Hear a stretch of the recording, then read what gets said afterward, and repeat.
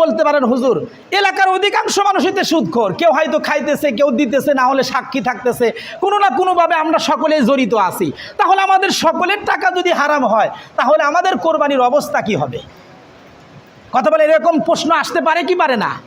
যে কঠিন মাসআলাটা আলোচনা করা হলো, এখন আমাদের দিলের ভিতরে প্রশ্ন জাগতে পারে যে আমাদের সকলেরই টাকার ভিতরে কিছু না কিছু সন্দেহ আছে, তাহলে এটা হালাল করার ব্যবস্থা কি?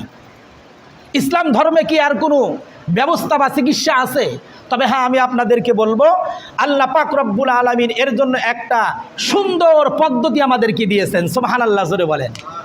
যদি দেখেন আপনি 3 জন 5 জন 7 জন অথবা 6 জন ভাগে কোরবানি দিবেন, কোরবানি দেওয়ার সময় যদি কারো দেখা যায় তার টাকার ভিতরে সন্দেহ আছে, তাহলে আপনি একটা কাজ করবেন, যার টাকার ভিতরে সন্দেহ আছে এর টাকাটা নেবেন না, না নিয়ে যার টাকাটা হালাল তার কাছ থেকে আপনার কোরবানির টাকাটা ধার নেবেন, কর্জ নেবেন।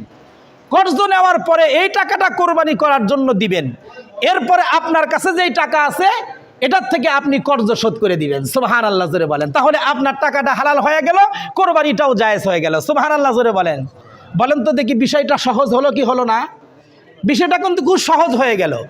আমাদের টাকা যদি হারাম হয় সেই ক্ষেত্রে ভাগে কোরবানি দিলে যদি সকলের কোরবানি নষ্ট হয়, সেই ক্ষেত্রে ইসলাম ধর্ম একটা সুন্দর পদ্ধতি দিয়েছে, সেটা হলো যার টাকা হালাল তার কাছ থেকে টাকা ধার নিয়ে আপনি কোরবানি করবেন।